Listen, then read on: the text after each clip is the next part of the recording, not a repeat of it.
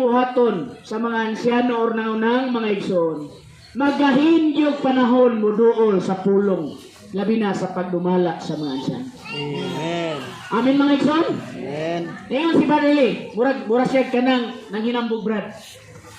Kung ang mga nangunang mga igsoon, mahimo lang magmatinumanon, bisag kausa lang sa usang simana, kausa lang Brad, sa usang simana, magtigom sila. Kung pila magaling sila kabuok, 3, 4, 5, magtigom sila.